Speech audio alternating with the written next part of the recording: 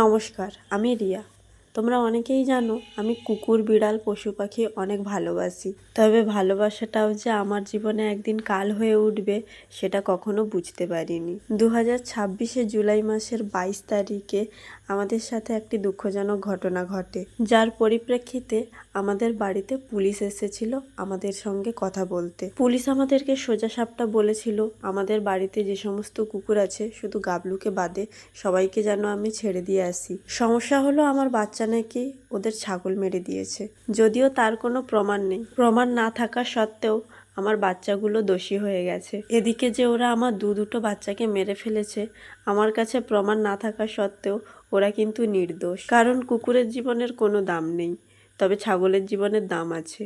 তাকে বিক্রি করে মানুষের 2 টাকা তো আয় হবে।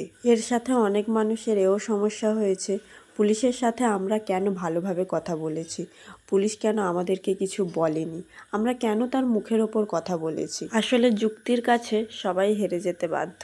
বাচ্চাগুলোকে না হয় আমরা ছেড়ে দিয়ে আসলাম, এরপরে আমরাও দেখতে চাই ওরা কত বড় কোটিপতি হয়ে যায়। আসলে আমাদের পাড়ায় অন্যান্য জায়গা থেকেও কুকুর আসে, ছাগলদেরকে মেরে ফেলে, ওদের ভুলের কারণেই মরে যায়।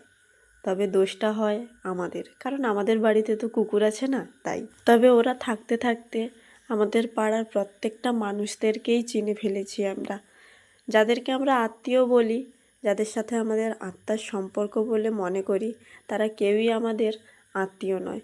তারা পিছনে আমাদের এক একটা শত্রু। দিন রাত তারা উঠে পড়ে লাগতো কিভাবে আমাদেরকে ছোট করা যায়।